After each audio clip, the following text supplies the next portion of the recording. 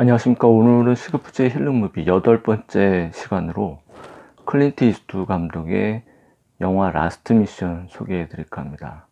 1980년대 실제 마약 운반책으로 활동한 80대 노인 레오 샤프의 실화를 바탕으로 한 이 영화는 연기와 연출에서 거장으로 알려진 클린트 이스트우드가 10년 만에 그랜토리노 연출 이후 10년 만에 복귀해서 연기하고 연출 1인 2역을 한 작품입니다.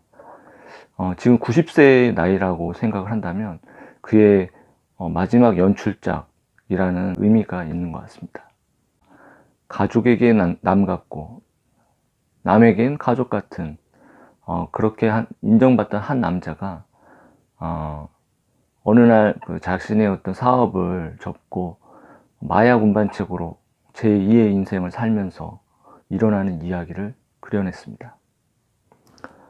영화를 두 줄 평으로 정리해보자면 클린트 이스트우드의 위대한 유산, 돈 주고도 못 사는 가족과의 유대관계의 성찰이라고 할 수 있습니다. 외부에서 많은 시간들을 보내는 아빠들이나 아버지, 남자, 이런 그 남성 중심 사회에 깃들어진 우리들에게 이 영화는 90세의 거장이 전하는 어떤 숭고한 어떤 교훈과도 같습니다. 참전용사 출신으로 사교적인 원예 사업가로 유명세를 탄 주인공 어른, 딸의 결혼식에도 가지 못하고 가족과의 관계에 소홀하면서 어떤 소통이 단절하고 외면을 받습니다.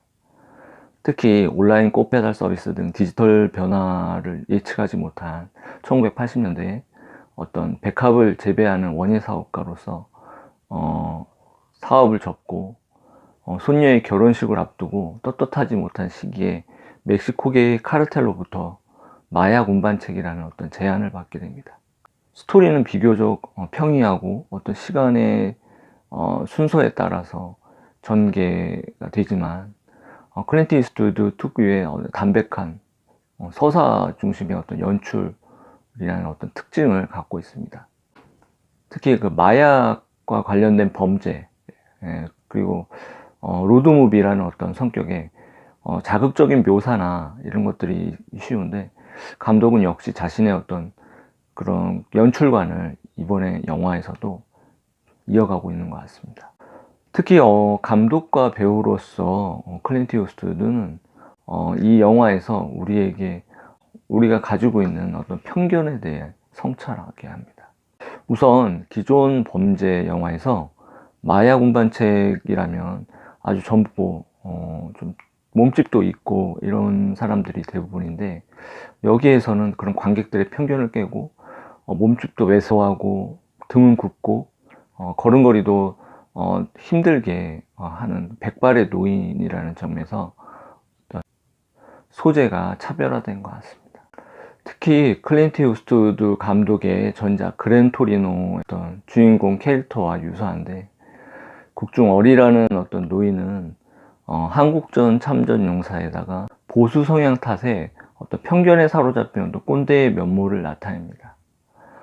인종 차별적인 발언을 흑인 연인에게 니그로라는 말을 서슴지 않게 하고, 레즈비언 바이커에게 말을 걸면서 자신의 어떤 꼰대로서의 어떤 면모를 과시하는데, 하지만 그가 노인이기 때문에, 특히 백인 노인이기 때문에 그 공경은 모면하는 게 또 이 영화의 또 다른 편견이라고 할 수 있습니다.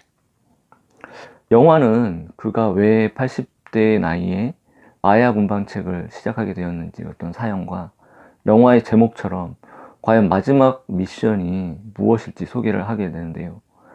사업을 접고서 생계를 위해 시작한 어떤 일이 점차 쉽게 돈을 벌면서 자신감을 찾게 하고, 자신이 어떤 떳떳하게 무언가를 해줄 수 있다는 그런 것들이 이제 충족이 되면서 가족관계의 화해도 모색하게 됩니다.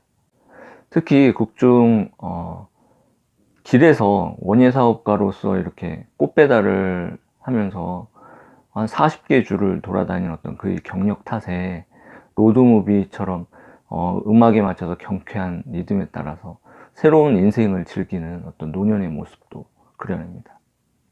하지만 클린트 이스트우드는 인생의 희노애락을 겪은 노인이 젊은 세대에 전하는 어떤 유산이라고 할까요? 정신적 조언이라고 할까요? 이런 것을 잊지 않습니다.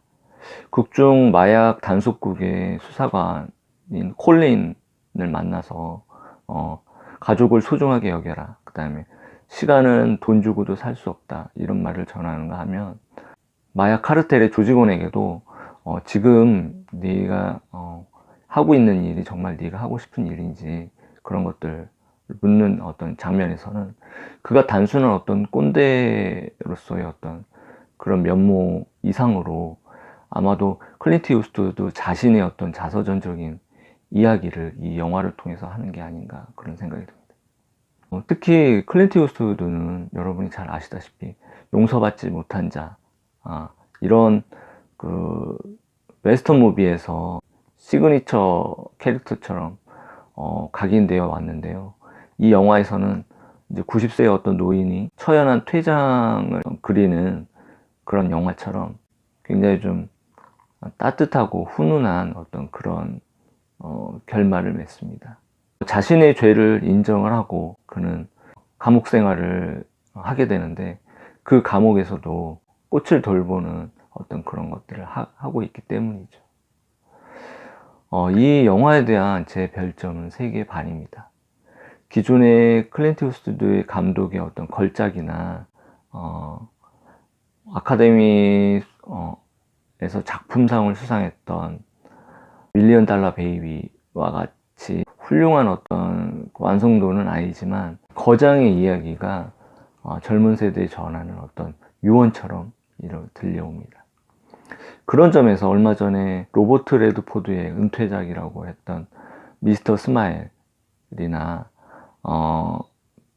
클린트 이스트우드의 10년 전에 연출과 연기를 같이 했던 그랜 토리노, 그리고 톰 크루즈가 어떤 마약 운반책을 연기했던 아메리칸 메이드, 이 세 작품을 함께 관람해 보면 좋을 것 같습니다.